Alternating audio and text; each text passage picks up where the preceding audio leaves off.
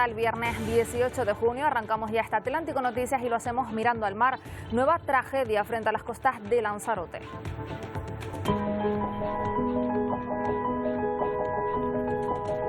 Fallecidos, entre ellos 2 mujeres, una de ellas embarazada, han muerto esta pasada madrugada tras encallar la embarcación en la que viajaban cerca del muelle de Órsola. Otras 41 personas pudieron ser rescatadas.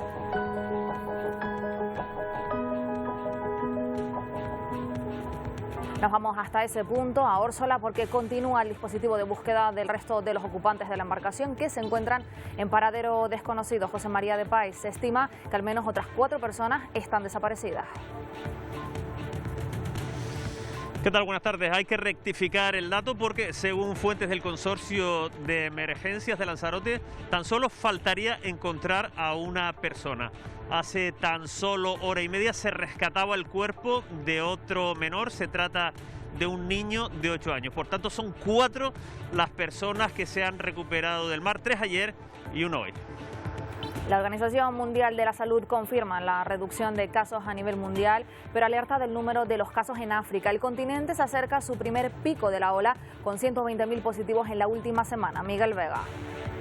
La Organización Mundial de la Salud ha comunicado que encadenamos 7 semanas consecutivas de descenso. Es la primera vez que se produce un periodo tan largo en la caída de contagios desde el inicio de la pandemia. En cambio, los fallecimientos no están bajando con la misma rapidez. La OMS pone ahora el foco en África. Asegura que el aumento en este continente, tanto en contagios como en víctimas mortales, es especialmente preocupante en las últimas semanas. África supera las 5 millones de infecciones, pero por el contrario, la vacunación sigue estancada.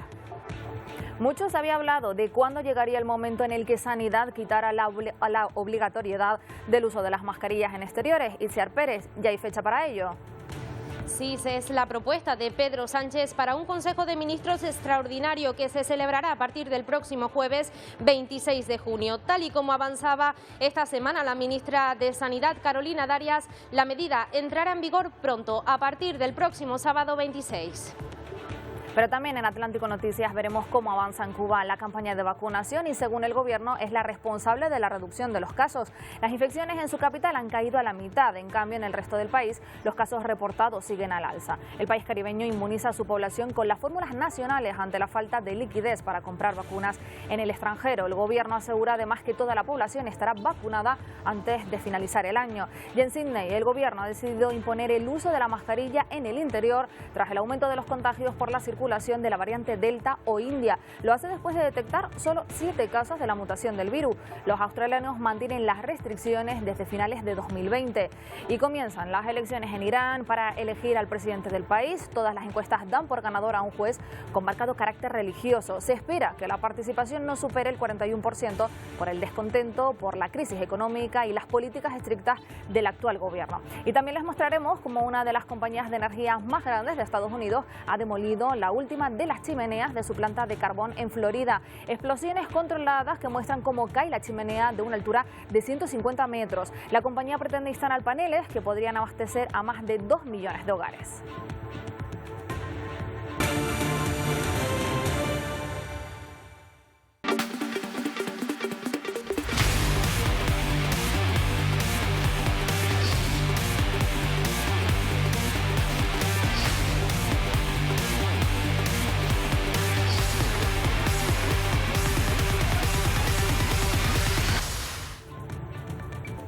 Bueno, estamos viendo imágenes en directo que nos llegan desde la isla de Lanzarote, en concreto desde las costas de Órsola, en el municipio de Aría. Allí continúa la búsqueda. Ahí están viendo esa embarcación neumática que llegaba anoche y que nos deja 4 personas fallecidas. Los servicios de emergencia continúan buscando en esa zona porque todavía falta una persona por localizar. Bueno, vamos a comenzar así este Atlántico Noticias con esta nueva tragedia en el mar, en nuestras costas. 4 personas fallecidas esta madrugada mientras intentaban llegar una vez más a tierra firme. Vámonos hasta allí, en directo, hasta Lanzarote, con nuestro compañero José María de Páez. Le decía, una persona fallecida. ¿Cuál es la última hora? Sí, 4 personas fallecidas, 3 ayer y 1 hoy. El cuerpo se ha rescatado hace apenas hora y media. Se trata de un menor, un varón de 8 años. Por tanto, según los datos del Consorcio de Seguridad y Emergencia, faltaría recuperar un cuerpo más. La tragedia comenzaba, según los propios vecinos, que fueron los primeros en darse cuenta, sobre las 9:30 de la noche de ayer. Se escuchaban gritos en esta zona de Lanzarote, al norte de la isla, en Órsola. Se conoce como el lago de la Condesa. Fueron los propios vecinos, tal y como ocurriera en la tragedia pasada en noviembre de 2020, los que se tiraron en primera instancia a rescatar a las personas que venían en esta lancha neumática. 46 personas, 41 de ellas pudieron salvar su vida, 11 fueron hospitalizados. Ahora mismo en el hospital Dr. Molina Rosa quedan 4 personas con pronóstico reservado. Y repito, todavía se está a la espera de recuperar un cuerpo más. A las 4 de la tarde se espera que los buceadores de la Guardia Civil vuelvan a batir otra vez toda esta zona. Bueno, muy pendientes de las labores de búsqueda, eso lo ampliaremos todo en el Telenoticias 1. Y es que en los últimos años son varios los naufragios que han tenido como escenario las costas de las Islas Canarias. El más reciente ocurrió en Aguas del Hierro el pasado mes de abril, con 24 víctimas mortales. Se encontraban a la deriva 500 kilómetros de la Isla del Hierro. En el interior del cayuco, 24 personas fallecidas y 3 supervivientes. La embarcación fue localizada el pasado mes de abril in extremis, antes de perderse en la inmensidad del Atlántico. 5 meses antes, en la localidad de Órsola, en Lanzarote, ya se vivía otro naufragio. 8 personas perdían la vida cuando estaban a punto de tocar tierra. En plena crisis migratoria de 2020 fue cuando en Gran Canaria una patera era localizada a 150 kilómetros del sur de la isla, con 15 personas que llevaban entre 8 y 10 días fallecidas. Murieron de sed y hambre. Y de nuevo en Lanzarote, en marzo de 2013, un choque entre una patrullera de la Guardia Civil y una patera en Costa Teguise tuvo como resultado un muerto y 6 desaparecidos. En la misma zona, en Playa Bastián, el 15 de enero de 2018 quedó marcado por una nueva tragedia. 27 personas viajaban en una lancha neumática que zozobró antes de tocar tierra. A pesar del esfuerzo de los servicios sanitarios, fallecieron 7 personas. Hasta entonces, la mayor tragedia ha sido la del 15 de febrero de 2009. Habían partido de Tarfaya hace 2 días. La patera en la que viajaban se hunde a 20 metros de la orilla en Los Cocoteros, en el noroeste de Lanzarote. El trágico balance final dejó 25 migrantes fallecidos, 17 de ellos menores de edad. Y como cada viernes hablamos ahora con el periodista Pepe Naranjo de la actualidad de África, pero en esta ocasión empezamos desgraciadamente aquí en las islas. Pepe, buenas tardes. Hola, buenas tardes. Vemos como el drama de la migración continúa golpeando a nuestras costas y una vez más tenemos que lamentar fallecidos. Sí, la verdad es que es tremendo, ¿no? Cómo tenemos que como periodistas seguir contando este drama. Parece que no sigue sin haber soluciones. Es muy importante que se arbitren ya medidas en origen para tratar de frenar, digamos, este drama, esta tragedia, estas muertes, ¿no? Que desgraciadamente nos siguen golpeando, ¿no? Yo creo que es muy difícil permanecer impasible ante tanta muerte en el Atlántico, que se está convirtiendo en un auténtico cementerio, ¿no? Las causas en origen siguen siendo muy profundas, siguen estando ahí, y hay muchos jóvenes que lo siguen intentando y que desgraciadamente acaban con su vida, ¿no?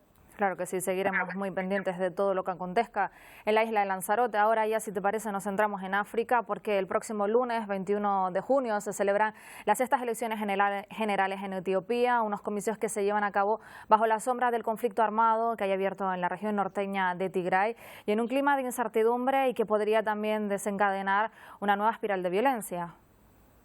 Sí, Etiopía es un auténtico mosaico étnico formado por distintas comunidades, distintos grupos que habían convivido en relativa calma, en relativa paz, pero que en este momento hay serios peligros de desintegración de la propia Etiopía. El primer ministro Abiy Ahmed, que fue Premio Nobel de la Paz en 2019, es el más serio candidato a renovar en el cargo de primer ministro, pero los peligros están ahí. Ha habido una guerra en Tigray, se ha ilegalizado al partido político de Tigray, también no se presentan a las elecciones los 2 partidos de la etnia oromo, los Amhara están manifestándose porque hay represión y hay violencia. Digamos que el panorama es muy complejo, muy complicado. y veremos qué ocurre en estas elecciones en las que Abiy Ahmed, que se llegó a ser Premio Nobel de la Paz y que llegó a decir que la guerra era el epítome del infierno, pero que no tuvo ningún reparo en declarar precisamente la guerra en la región de Tigray, en donde en este momento hay un grave riesgo de hambruna. Habrá que estar muy atentos al segundo país más poblado de África y que tiene una gran importancia geopolítica y geoestratégica en el Cuerno de África. Estaremos muy pendientes porque mientras tanto además el coronavirus sigue golpeando el país. El presidente de Sudáfrica ha vuelto a endurecer las restricciones debido al aumento de los casos. Estamos hablando de 7.500 positivos diarios, una situación que esperan combatir con la llegada de esos 2 millones de vacunas de Johnson & Johnson previstas para finales de este mes. Sí, el coronavirus está claramente al alza en este momento en el continente africano. Estamos inmersos en lo que llamamos aquí la tercera ola, con aproximadamente unos 120.000 casos semanales y un acumulado de más de 5 millones de contagios. La vacunación es sin duda la gran solución, pero seguimos hablando de un enorme retraso con respecto a otras partes del mundo. Apenas 0,8% de la población africana está vacunada a día de hoy. Hay unos 40 millones de vacunas distribuidas, pero esto para 1.300 millones de habitantes es prácticamente nada. Hace falta un firme y serio impulso de la vacunación en África. El G7 prometió 1.000 millones de dosis la semana pasada, pero incluso con esas 1.000 millones de dosis seguiremos necesitando muchas más para que África no se quede atrás y no se siga ahondando la brecha entre este continente y el resto del mundo. Bueno, seguimos haciendo repaso por la actualidad. Esta semana el expresidente Laurent Gbagbo ha sido protagonista tras regresar a Costa de Marfil este jueves, 10 años después de ser absuelto de su detención y extradición al Tribunal Penal Internacional de cometer crímenes de lesa humanidad y por la luz verde dada por el actual gobierno, al parecer en nombre de la reconciliación nacional. Sí, esta es una muy buena noticia. Es sin duda el paso más serio, el paso más firme hacia la reconciliación entre los propios marfileños, es un país que quedó profundamente dividido después del conflicto que se vivió en 2010-2011 con más de 3.000 muertos. Laurent Gbagbo, que era presidente entonces, fue acusado de ser instigador de esas muertes, de crímenes contra la humanidad, pero sin embargo ha sido absuelto en la Corte Penal Internacional y por fin Alassane Ouattara, actual presidente del país, ha permitido su vuelta a casa y habrá que ver si finalmente Laurent Gbagbo decide seguir siendo un actor político clave, decide, por ejemplo, presentarse a las próximas elecciones, porque sigue siendo un líder muy popular, pero en todo caso yo creo que lo que hay que retener es que en Costa de Marfil se ha dado un paso muy importante hacia la paz y hacia la reconciliación. Claro que sí. Y otra noticia ha sido el anuncio por parte del grupo islamista radical Boko Haram, que ha confirmado la muerte de su histórico jefe, Abu Bakr Shekau, y acusa a Pepe de su muerte al líder del Estado Islámico en África del Oeste. Sí, lo del yihadismo lo venimos contando semana tras semana en Atlántico Noticias. Lo del yihadismo en el Sahel y en África Central es tremendo, ¿no? Ahora mismo en el noreste de Nigeria había dos grupos rivales que competían entre sí, Boko Haram por un lado y el Estado Islámico de África Occidental por otro. Pues ha habido un enfrentamiento entre ellos. El Estado Islámico ha matado a Abu Bakr Shekau, que era uno de los terroristas más sanguinarios y más buscados de todo el continente africano, y ahora lo ha confirmado Boko Haram este fallecimiento, lo cual va a significar que va a haber un reposicionamiento de los grupos yihadistas en Nigeria, probablemente con una mayor preponderancia, un mayor peso de Estado Islámico que avanza no solo en Nigeria, sino también en Mozambique y en el Sahel, y se está convirtiendo en una auténtica pesadilla para los países de la región. Imágenes escalofriantes la que estábamos viendo mientras hablabas, Pepe. Muchas gracias por atendernos una semana más. Nos vemos el próximo viernes. Hasta el próximo viernes, gracias. Pues seguimos hablando de migración porque precisamente los jóvenes migrantes que llegan a nuestro país podrían ser la solución para la España vaciada. Un proyecto desarrollado en Cataluña y Francia forma a los menores migrantes para que puedan incorporarse al mercado laboral al cumplir la mayoría de edad. Una iniciativa que han acogido los alcaldes de los pueblos más despoblados de ambas regiones. Casar los intereses de los jóvenes migrantes que llegan solo a Europa en búsqueda de un futuro y las necesidades provocadas por la despoblación y el envejecimiento en zonas de montaña de Francia y España. Ese es el objetivo del programa de cooperación Interreg que se desarrolla a ambos lados del Pirineo, en la comarca catalana del Pallars Jussá y en la región francesa de Occitania. A pesar de los inconvenientes derivados de la COVID, este programa de formación y empleo, puesto en marcha en 2019 y que se prolongará hasta 2022, está dando buenos resultados porque los migrantes participantes han encontrado rápidamente un trabajo de todo tipo, desde labores de mantenimiento, agrícolas o en carnicerías. Estamos muy contentos porque de momento ya tenemos 4 chicos trabajando, uno que también hemos empezado los trámites también para que trabaje, por lo tanto se han podido regularizar y el resto pues están pudiendo estudiar. La mentoría es como una persona de aquí que me ayuda a hacer cosas y enseñar cosas que no sabía de aquí. Los escogidos de este programa bautizado como Avenir, futuro en francés y en catalán, se encontraban cerca de la mayoría de edad y sin saber bien qué hacer tras su paso por los centros de menores. Y de repente me han dicho que hay un proyecto nuevo europeo que dan oportunidades para jóvenes para buscar trabajo y todo. Avenir quiere capacitar a los jóvenes que han demostrado una gran voluntad de adaptación a una nueva lengua y cultura para que puedan regularizar su situación y llevar una vida autónoma con su incorporación al mercado laboral. 120.000 casos la última semana ha notificado África de positivos en COVID-19. Lo hablamos hace solo unos minutos con Pepe Naranjo. Datos que confirman la tendencia ascendente que vive el continente. La Organización Mundial de la Salud celebra el acuerdo del G7 para enviar vacunas a los países más desfavorecidos, pero asegura que siguen sin ser suficientes para evitar más muertes en el continente negro. Miguel Vega. Mientras que los contagios siguen bajando en todo el mundo y encadenamos 7 semanas de descenso, la situación en África preocupa. La Organización Mundial de la Salud alerta que las infecciones y las víctimas mortales han despuntado en las últimas semanas. El continente negro ha acumulado hasta el momento más de 5 millones de infecciones y más de 136.000 víctimas mortales. El continente africano está a la cabeza de mortalidad entre los casos más graves. El fuerte aumento en África es especialmente preocupante porque es la región con menor acceso a las vacunas, diagnósticos y oxígeno. Los países más castigados por esta pandemia siguen siendo Sudáfrica, con más de 1.800.000 infecciones, Marruecos con más de 500.000 de infecciones, Túnez, Etiopía y Egipto. Pero la Organización Mundial de la Salud alerta que la incidencia podría ser aún mayor debido a que el continente negro no tiene capacidad de diagnóstico. El aumento masivo de nuevas infecciones significa que debemos volver a endurecer las restricciones al movimiento de personas y reuniones. Necesitamos hacer cumplir de manera más enérgica las medidas y debemos tomar también medidas más firmes contra aquellos que no se adhieren a las restricciones que salvan nuestras vidas. Sin capacidad para hacer pruebas y tampoco para proteger a su población, principalmente por el escaso acceso a las vacunas con el que cuenta África. 6 meses después del inicio de la vacunación en el mundo, solo se han administrado más de 42 millones de dosis en un continente que tiene más de 1.200 millones de personas. Es decir, que se ha protegido a tan solo un 3,2% de la población. Serán necesarias más de 11.000 millones de vacunas para conseguir inmunizar al 70% de la población mundial antes de 2022.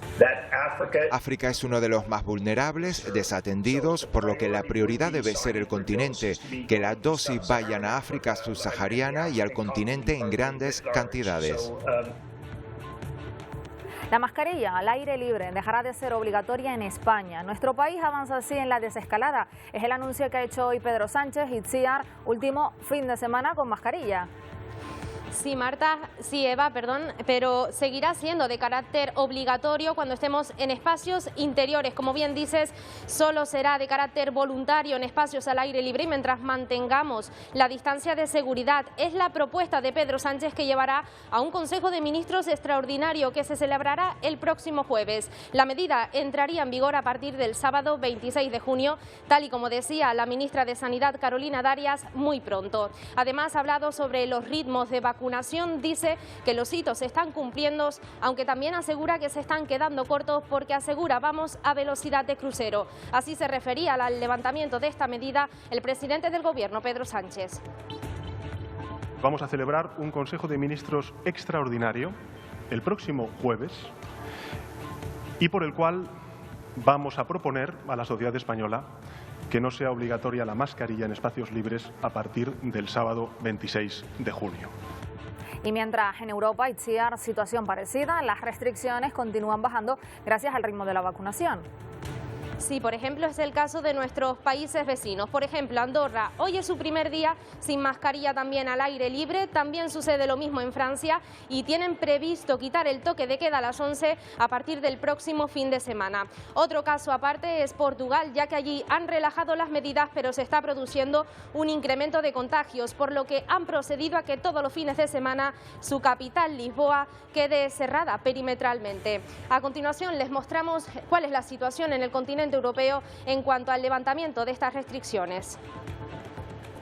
1 de cada 3 personas residentes en Europa ya han recibido su vacuna contra el COVID, un remedio que va acabando poco a poco con las restricciones. Nuestros países vecinos, Francia, Andorra y Portugal, ya se han quitado la mascarilla al aire libre. También en Países Bajos, Rusia o Lituania. Sin embargo, muchos de ellos lo hacen con limitaciones, solo se aplican exteriores y si existe distancia de seguridad. Diferente es en Alemania. Allí desde el año pasado solo es obligatoria en transporte público, escuelas o tiendas. Pero aún así, la Agencia Europea del Medicamento recuerda que para una relajación de las medidas se debe llegar al 70% de inmunizados. De lo contrario, habrían riesgos como la expansión de nuevas variantes. De hecho, Lisboa cierra su área metropolitana de forma perimetral y los fines de semana. Y es que Portugal supera los 1000 casos en tan solo un día. Altas cifras también en Reino Unido, donde ya han comenzado a vacunar a la juventud a partir de los 18 años. Es un gran hito porque todas las personas mayores de 18 años pueden reservar su vacuna COVID. Ya más de 3 millones de veinteañeros han tenido su primera inyección, por lo que todos pueden seguir sus pasos y obtener esa protección. No solo para ti, tus amigos, también para los vecinos, de manera que nos mantendrá a salvo y con suerte nos devolverá nuestro verano. Un verano en Europa donde la vacuna por ahora no cogerá vacaciones. Y polémica por la campaña de vacunación en Rusia. Algunos ciudadanos han denunciado que se les ha obligado a recibir la dosis contra la COVID-19 contra su voluntad. Es el caso de los trabajadores de esta fábrica que aseguran que fueron presionados con la amenaza de no perder su trabajo. Los trabajadores han recibido la fórmula Sputnik 5. Por su parte, Moscú ha anunciado que hará obligatoria la vacunación entre los empleados del sector servicios. Todo para evitar que sigan aumentando los contagios en la capital. En la última jornada, Rusia ha registrado más de 14.000 contagios y de ellos más de la mitad en Moscú. En Cuba también avanza la campaña de vacunación y según el gobierno es la responsable de la reducción de los casos. Las infecciones en su capital han caído a la mitad. En cambio, en el resto del país los casos reportados siguen al alza. El país caribeño inmuniza a su población con las fórmulas nacionales Abdala y Soberana. Las autoridades apostaron por los fármacos desarrollados en el país por la falta de liquidez para comprar vacunas en el extranjero. El gobierno asegura que toda la población estará vacunada antes de finalizar el año. Seguir calculando la eficacia de la vacuna. En Nueva Zelanda, su primera ministra ha recibido la vacuna para ser un ejemplo para la población. El país ha intensificado los esfuerzos para inmunizar al mayor porcentaje de la población. El gobierno ha recibido duras críticas por el lento proceso de compra y vacunación. Hasta el momento se han administrado 1 millón de dosis de la única fórmula aprobada, la vacuna de Pfizer. El país del Pacífico cerró sus fronteras e impuso duras medidas de control para evitar que los contagios se dispararan. Y en Sydney, sin embargo, el gobierno ha decidido imponer el uso de la mascarilla en el interior tras el aumento de los contagios por la circulación de la variante Delta o India. Lo hace después de detectar solo 7 casos de la mutación del virus. Además, las autoridades han confirmado varios brotes en diferentes puntos de la capital. Los australianos mantienen las restricciones desde finales de 2020. Ojo, la multa por no llevar mascarilla será de 120 euros. Y Estados Unidos sigue dando pasos contra el Alzheimer y tras la aprobación del nuevo medicamento sobre esta enfermedad, un hospital del país ya lo ha administrado fuera de los ensayos clínicos, concretamente a un agente inmobiliario de 70 años de Rhode Island. El programa del hospital ya tiene un centenar de pacientes a la espera de recibir también Aduhelm, que se administra de forma intravenosa. El coste anula el tratamiento asciende a los $56.000. ¿Y hasta qué punto un gesto de un famoso puede provocar pérdidas millonarias en una marca? Pues sí, aunque parezca que no, un simple movimiento de mano en publicidad tiene mucho poder. Ha sido el caso del futbolista Cristiano Ronaldo o de Paul Pogba en la Eurocopa y que ha tenido una repercusión mundial. En rueda de prensa, Ronaldo apartó 2 botellas de Coca-Cola y recomendó beber agua. Pues tal fue la repercusión negativa que Coca-Cola obtuvo pérdidas millonarias en la bolsa. También Pogba retiró un boletín de Heineken, continuando la polémica. La UEFA ha emitido este jueves una comunicación oficial a las selecciones para que sus jugadores no toquen las bebidas de los patrocinadores. Я поставлю Coca-Cola, поставлю Heineken.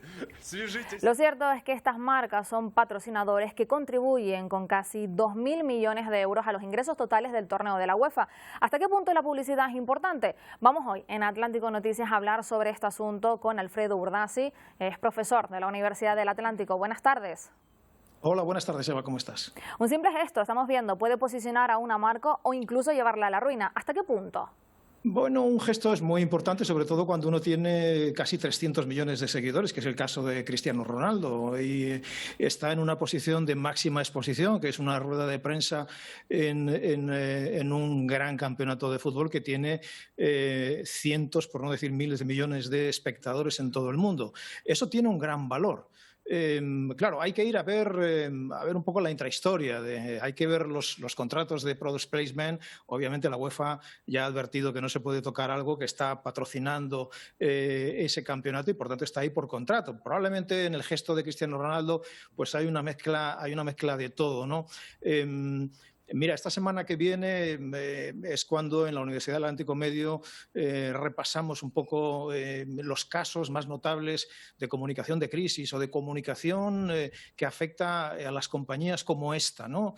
Un gesto de un influencer, de una persona que tiene una gran influencia, provoca al menos la percepción de que Coca-Cola ha perdido en bolsa una cantidad multimillonaria. También es cierto, Eva, que Coca-Cola, yo creo que esta es una información que es la propia compañía la que la difunde, coincide esa caída en bolsa con el pago anual de dividendos. Y la compañía viene a decir, bueno, la caída no es por Cristiano Ronaldo, es porque el inversor ya ha recogido el dinero anual y ahora se va a otro sitio. Obviamente, el gesto de Cristiano Ronaldo tiene un gran valor, tiene una gran incidencia, tiene un efecto económico en las compañías y seguramente desde ese momento y desde el momento que Pogba también retiró la publicidad de Heineken, pues habrá una revisión y habrá algún chirrido dentro de la UEFA para revisar precisamente esa publicidad que está ahí por contrato, obviamente, y de la que probablemente Cristiano Ronaldo no cobraba nada. Y esa fue seguramente una de las razones por las que retiró la Coca-Cola y se quedó con un botellín de agua que, si nos fijamos bien, no tiene marca ninguna. La publicidad, lo cierto es que ha evolucionado muchísimo en estos últimos años, pero no sé, ¿cómo es mejor desarrollar una campaña publicitaria de esta manera, una publicidad subliminal, o ahora que están tan de moda los influencers con las redes sociales? Mira, los influencers tienen una gran influencia, ¿no? No es casual. Yo creo que los grandes medios, los grandes soportes publicitarios han perdido poder, han perdido valor y ya desde hace muchos años compañías, yo recuerdo un caso notable de Ford, cómo publicitó un nuevo modelo, no a través de publicidad convencional, sino dejando que una serie de personas de redes sociales con una gran red de influencia disfrutaran de ese coche durante un periodo de tiempo, creo que era un mes, con el compromiso de que simplemente comentaran lo que había sido su experiencia, ¿no? Entonces la publicidad ha cambiado porque hacemos más caso de lo que nos dice una persona conocida, con quien tenemos una determinada vinculación emocional, afectiva, frente a quien tenemos un reconocimiento profesional alto, es decir, es alguien que tiene influencia sobre nosotros. Puede ser alguien cercano o puede ser una estrella del fútbol como Cristiano Ronaldo, ¿no? Por tanto, hay que tenerlos en cuenta. No, yo creo que las marcas pequeñas, medianas o grandes, pues ya tienen que tener en cuenta que ese mundo les afecta, que ese mundo tiene una gran incidencia y entonces lo puedes utilizar o puedes buscar la complicidad para bien o para mal, ¿no? Puedes buscar una adhesión natural, coherente, porque obviamente el consumidor reflexiona las cosas y no es alguien que actúe simplemente por un mecanismo sencillo, sino que que también es capaz de ver la coherencia. Si mañana viéramos a Cristiano Ronaldo bebiendo Coca-Cola, pues seguramente nuestra percepción de quién es y de la influencia que tiene en esos 300 millones de seguidores sería diferente, ¿no? Es un caso digno de estudio, no es sencillo, es más bien complejo y merece, bueno, pues que le dediquemos un rato en la Universidad del Atlántico Medio a analizar las implicaciones que tiene todo esto, ¿no? Porque forma parte ya de la estrategia de las marcas, forma parte de la estrategia publicitaria y yo creo que es además un canal de influencia que va a tener cada vez más poder. Sí, sobre todo tenerlo en cuenta y muy pendientes, las marcas deberían de estar de este tipo. Alfredo Urdasi, gracias por atendernos en Atlántico Noticias. Gracias a vosotros, un placer. Y nos vamos ahora hasta la frontera de Estados Unidos con México porque según datos del Servicio de Aduanas y Protección Fronteriza se está produciendo un cambio en el perfil de las personas que intentan cruzar este punto. Los migrantes llegados desde Venezuela están aumentando. Tiene todos los detalles Arnaldo Rojas desde Texas. Aun cuando el cruce irregular de indocumentados por la frontera sur de Estados Unidos continúa en aumento, tal parece que el esfuerzo de la Casa Blanca para contener el flujo de migrantes provenientes de los países del Triángulo Norte está dando resultados. De acuerdo con las cifras del Servicio de Aduanas y Protección Fronteriza, los cruces irregulares de ciudadanos de El Salvador, Honduras y Guatemala disminuyeron de 85.600 en marzo a 65.700 en mayo. De ellos, 10.700 eran menores no acompañados, una cifra que en marzo de este año superó los 15.000. Yo me encuentro en Del Río, Texas, un poblado de 35.000 habitantes colindante con el estado mexicano de Coahuila, poco conocido como punto de cruce hasta hace unos meses. Aquí se registra un crecimiento dramático de ingresos irregulares, tanto que las autoridades migratorias están abrumadas por la falta de recursos. Aquí se registran cerca de 1.000 aprehensiones diarias, la mayoría de venezolanos, según se nos dijo. Según las autoridades locales, el cruce de inmigrantes indocumentados por Del Río aumentó de 2.300 en enero del año pasado a 27.800 en mayo de este año. De acuerdo con la patrulla fronteriza, los venezolanos conforman el 50% de esa cifra. En Del Río, Texas, Arnaldo Rojas, Voz de América, para la Alianza Informativa Latinoamericana. El encuentro entre el presidente estadounidense Joe Biden y su homólogo ruso Vladimir Putin dejó muchos titulares y también muchos gestos que aportan información adicional a un encuentro histórico. Laura Sepúlveda analiza algunos de estos momentos. Más allá de los pasos conjuntos concertados en el ámbito diplomático, nuclear y de seguridad cibernética, los expertos consultados por La Voz de América analizaron la perspectiva histórica de los anuncios y lo que el lenguaje corporal de los mandatarios expresaron al mundo desde su cumbre en Ginebra. Para Scott Ross, experto en descifrar el significado de la comunicación no verbal, el peso de lo que ambos líderes llevan sobre sus hombros es evidente. Ambos parecen abiertos a lo que está sucediendo y a hablar entre ellos, pero estamos viendo dos maneras distintas de sentarse. Cuando miramos a Putin sentado allí, lo que está haciendo no muestra arrogancia, pero está casi agresivo porque luce tan abierto. Por otro lado, se ve a Biden, que toma el aire del viejo estadista. Se ve muy relajado. Sus manos están enfrente de él. Sus diferencias son claras, como ellos mismos lo destacaron en sus conclusiones, pero el experto en política de Brookings Institution, Darren West, asegura que es mucho más sencillo evitar malos entendidos y trabajar en pro de una buena relación cuando hay conversaciones frente a frente. Creo que el mayor desafío es que los dos países tienen intereses estratégicos muy diferentes. Tengo la impresión de que básicamente plantearon una serie de temas, pero no alcanzaron mucho. La única excepción a eso parece estar en el área de las limitaciones de armas nucleares, donde los dos países han acordado, como se anunció anteriormente, continuar con el tratado actual por otros 5 años. Los expertos destacan que los logros no pueden ser contados en este caso a partir de compromisos adquiridos, sino de la posibilidad de que haya diálogo y de que se inicie un camino de trabajo entre las dos naciones.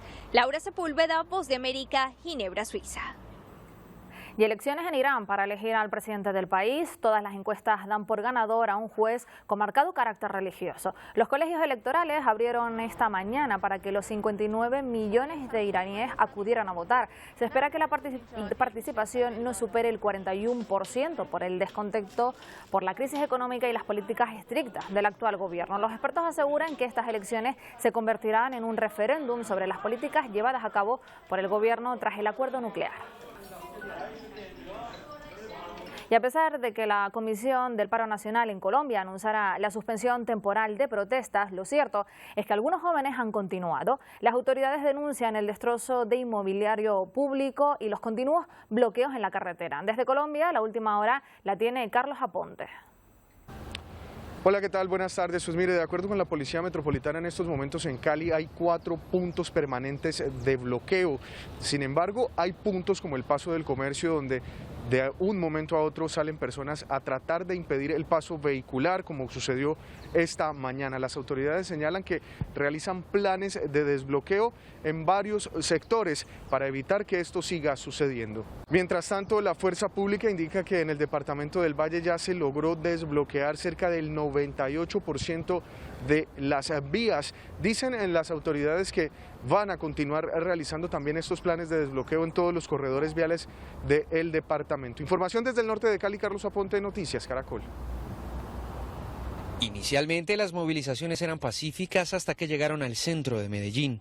En la avenida Ferrocarril y la calle San Juan se presentaron enfrentamientos entre la policía y los marchistas. La jornada dejó desmanes, daños a infraestructuras públicas e intervenciones del ESMAD. Tras el anuncio del hundimiento de la matrícula cero, los jóvenes arremetieron a patadas contra basureras, semáforos y cajeros electrónicos. El alcalde de Medellín sentó su posición frente a nuevas movilizaciones. Garantizaremos que estas afectaciones no se sigan dando en la ciudad de Medellín. Hoy el Consejo de Medellín debate el tema de las movilizaciones y el balance que han dejado para la ciudad. Es que nos han dañado en este tiempo en Medellín más de 26 paraderos de buses, más de 39 semáforos, más de 21 cámaras de seguridad, más de 47 vehículos, 3 estaciones de Metroplus, una cantidad de intrusiones a edificios privados. Y eso no se puede normalizar ni permitir en Medellín. Noticias Caracol intentó conocer la percepción de los jóvenes y visibilizar su intención durante la jornada y el porqué de su propósito para seguir en las marchas, pero no accedieron a dar sus respuestas. Reyerta en una cárcel de Honduras que se salda con 3 muertos y 39 heridos, 10 de ellos de gravedad. Es el sonido de los disparos que se produjeron en esta prisión de máxima seguridad de La Tolva, ubicada en El Paraíso. El desencadenante fue una pelea entre 2 bandas que luchaban por hacerse con el control del centro penitenciario. La policía militar tuvo que acudir a este lugar para controlar la situación. Los familiares de los presos se agolparon en la prisión para obtener noticias de ellos. Y una de las campañas de energías más grandes de Estados Unidos, Florida, Power and Light, demolió la última de las chimeneas de su planta de carbón en Indiatown, Florida. La compañía subió un vídeo de las explosiones controladas donde muestran que la chimenea de 495 pies, es decir, más de 150 metros, y el conducto del carbón cayendo en la planta de energía que cerró a finales del año pasado. La compañía pretende instalar 30 millones de paneles para 2030, cuya energía sería suficiente para abastecer a más de 2 millones de hogares. Y el fuerte temporal de lluvia que ha azotado en las últimas horas a la península de Crimea ha llevado a las autoridades a declarar el estado de emergencia local. Las inundaciones se han producido principalmente al este de la península y ha afectado al hospital de la ciudad de Krench y cerca de 300 hogares. Las calles, como ven, han desaparecido bajo el agua.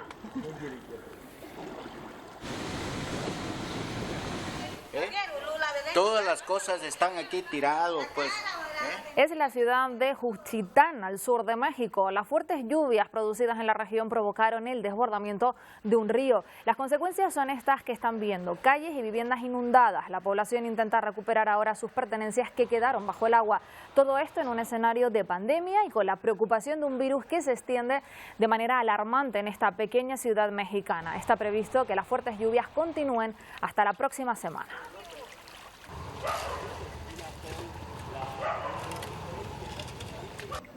Terminamos, nos vamos ya y hoy lo hacemos con Paul McCartney, que este viernes cumple 79 años. Es el compositor de mayor éxito comercial de la historia de la música según el libro Guinness de los récords.